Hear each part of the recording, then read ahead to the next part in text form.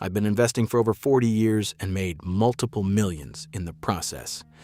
But if I started again today with no investments, a low salary, and a phone, what would I do? I've been asked that question on lots of different occasions, so today I'm going to show you the step-by-step process I'd follow to set everything up as a complete beginner. By the end of this video, you'll know how to set up your account, make your first investment, avoid all the beginner investing traps, and get a free fractional share to kickstart your investing journey. Just quickly before we start, remember, this isn't financial advice. I'm just showing you exactly what I'd do if I started again today. Most people never even make it past this first step, and I understand why. Because this first decision can feel like a confusing one. There are so many investing platforms out there, and if you're just getting started, it can feel completely overwhelming. I've spoken to loads of beginners who say they don't know which ones are reliable, they're not sure who to trust, and they feel like they don't know enough to make a smart decision.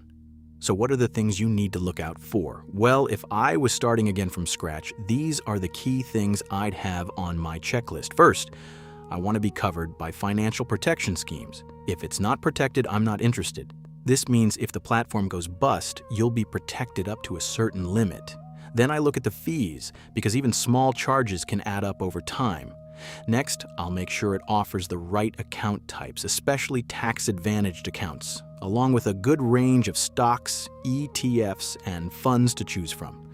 Now don't worry if some of those terms don't make sense. We'll be going over them later. And finally, it needs to be easy to use, because the last thing you want is a platform that makes investing more complicated than it needs to be. There are lots of investing platforms that fit this criteria, but if I had to choose just one starting out from scratch, I'd pick a user-friendly, highly regulated app. You're also going to need to grab a few important things before setting up. First is a valid photo ID like a passport or a driving license. Second is your national tax identification number. If you don't know this, check one of your payslips, tax letters, or personal tax account online. Third is proof of address like a utility bill. And fourth, you'll need to be ready to take a quick selfie during verification, so make sure you're somewhere with good lighting. Believe it or not, not all investing accounts are equally as good, and making the wrong decision could end up costing you thousands in unnecessary taxes. Let me show you exactly what I mean. When you first open an investing app, it gives you different account options to choose from. Let's break them down properly. The first option is a standard general investment account. It's just like a basic account where you can buy and sell shares. You can open as many of these accounts as you want across different platforms, kind of like opening a bank account. But just bear in mind, with a general investment account like this, you do have to pay tax on your profits. This is known as capital gains tax, and generally you'll pay 10 to 20% purely on the profits. The second account type often available is a trading or CFD account, which is for day trading stocks and commodities. I personally never touch day trading, as 80 to 90% of traders lose money. It's also very high maintenance, so if you're a beginner, I'd recommend to avoid it too. Then we have tax-advantaged accounts, such as a Stocks and Shares ISA in the UK or a Roth IRA in America. These types of accounts let you invest in stocks, bonds, and other assets without having to pay tax on your profits. But because it's such a powerful account, there is a limit on how much you can contribute per tax year. Now, when I tell beginners about this, a lot of them get confused and think it means you can't earn more than the contribution limit, but that's not the case at all.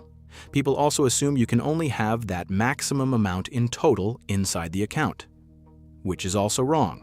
The limit is only on how much you can put into the account per year, not on what you make or how large the account balance becomes. So you could grow a portfolio of over $1 million and still not have to pay tax on your profits. If you don't already have a tax-advantaged account, I'd highly recommend picking one. Lastly, there are cash savings accounts where your money just earns interest instead of being invested in the stock market. Think of it like a savings account. Any interest you earn is tax-free, but there is an important trade-off: growth. The interest rates on cash accounts are typically a lot lower than what an index fund like the S&P 500 has returned historically. An index fund strategy has historically beaten saving cash. So if I was starting again from scratch, I'd pick a tax-advantaged stocks account in a heartbeat. Once you sign up, complete the identity checks, and complete a quick risk understanding quiz, you can deposit funds using an instant bank transfer. Once completed, the deposit will appear in your account almost instantly, and you're ready to invest. At this point, a lot of people freeze because they're suddenly faced with thousands of choices like individual stocks, ETFs, commodities, and precious metals. It can feel pretty overwhelming, but it really doesn't have to be complicated.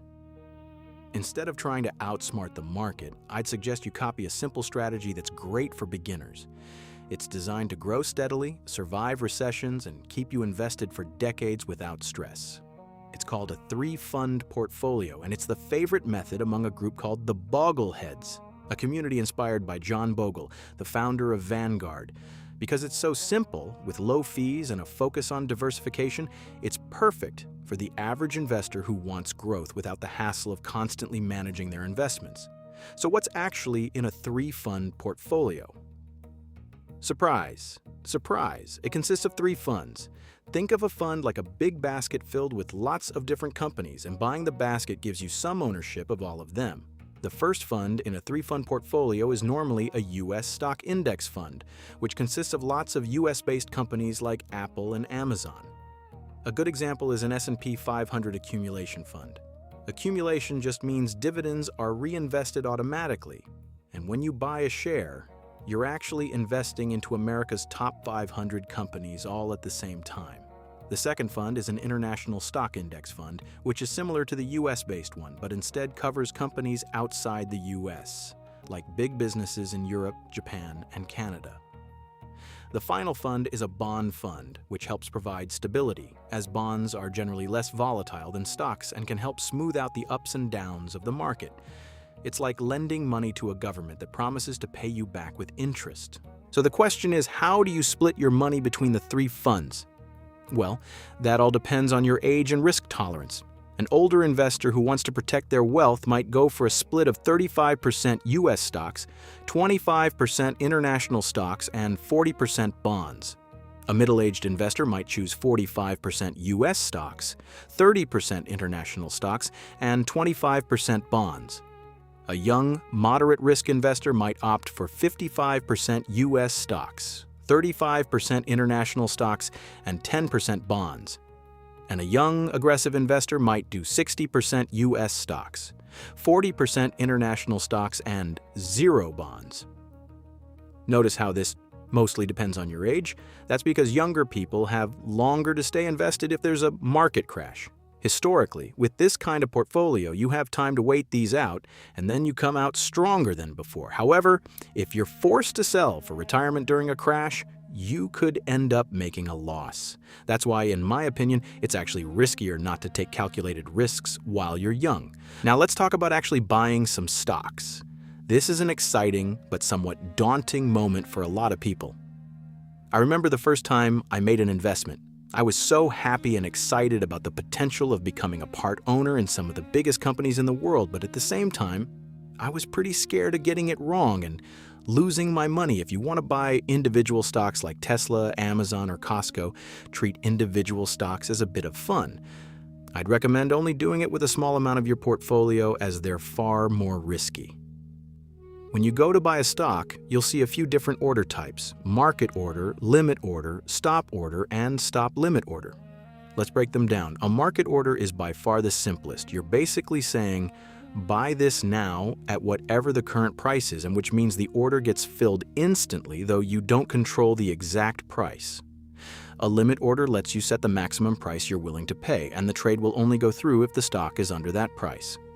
A stop order is used when you want to buy a stock only after it starts moving up. Once it hits your stop price, a market order is triggered. A stop limit order works in a similar way but places a limit order instead. If this is getting a bit confusing, the good news is that as a long-term investor, you don't need to worry about any of these too much. Just go ahead and use a standard market order, as small price discrepancies won't matter much over the long term. Many modern apps also allow fractional investing, meaning you can invest a specific cash amount, like $50 or $100, even if a full share costs much more. The best piece of advice I've ever heard about investing is to keep it boring. So let's walk through how to set up that boring but extremely effective 3-fund portfolio. In your app, you can create a custom pie or basket of investments. For your U.S. fund, search for an S&P 500 or total U.S. stock market fund. Look out for the term accumulation, so dividends are reinvested automatically. Next, add an international fund covering global stocks outside the U.S. Finally, add a global or government bond fund. Once added, adjust the percentage allocation to fit your profile. For example, 50% U.S. stocks, 40% international stocks, and 10% bonds. You can then set up auto-investing for recurring monthly contributions. It's quite motivational seeing how much money you could make based on data-backed projections. For example, if you invested $250 a month for 20 years, you would have only put in $61,000 of your own money, but your portfolio could be worth over $260,000. And if you expanded that to $500 a month, that could build a portfolio worth over $500,000. Most people focus on when to buy stocks, but knowing when to sell is just as important, maybe even more. Selling usually goes against our instincts. When prices drop, we tell ourselves it'll bounce back, and when prices rise, we hesitate because we don't want to sell too soon and miss out. Even Warren Buffett, who famously says his favorite holding period is forever, has sold stocks when the time was right. Holding on to a stock for the wrong reasons can cost you just as much as buying the wrong stock in the first place. Here are 3 main reasons when selling makes sense. Reason number 1, if momentum is dying. Stocks move based on fundamental value, what the business is actually worth based on revenue and profits. Trading value, short-term supply and demand, and momentum value, driven by hype and emotion. If a stock is mostly running on momentum rather than real value, its price is fragile, and when the hype dies, so does the price. If you realize one of your stocks is surging based purely on hype, consider selling a portion, maybe 30 to 40%, to lock in profits before momentum fades. Reason number 2 to sell, if you need the money for a bigger opportunity. One of the best reasons to sell isn't because of the stock itself, but because you have a better use for the capital. Sometimes the smartest move is reallocating money to something with even more potential, like a great real estate deal or funding your own business where you control the outcomes. Reason number 3, the market has shifted against you. Sometimes factors outside of your control completely alter a company's future. A good example is Warren Buffett selling airline stocks during major global disruptions or dropping shares after accounting scandals. If a company is losing market share to a disruptive competitor, if management makes reckless decisions, or if the business model is becoming obsolete due to technology, holding out of loyalty will cost you. Being willing to cut ties when fundamentals change is what separates smart investors from the rest. When you decide to sell, you simply go to your portfolio tab, select the stock, hit sell, choose your order type or slider amount, and execute a market sell. I'm a long-term investor and hardly ever sell my core index funds and ETFs. As the old saying goes, time in the market beats timing the market. Time is the only thing you can't fake. Compounding doesn't care about motivation, opinions, or emotions. It only responds to consistency. The people who win aren't the smartest, the fastest, or the most confident. They're the ones who stay invested, don't panic when markets fall, stop chasing hype, and trust a simple system long enough for time to work in their favor. So if you earn money, invest regularly, reinvest what you make, and give it enough time, you're using the exact strategy that builds real, long-term wealth. Keep building, stay consistent, and let time do the heavy lifting for you.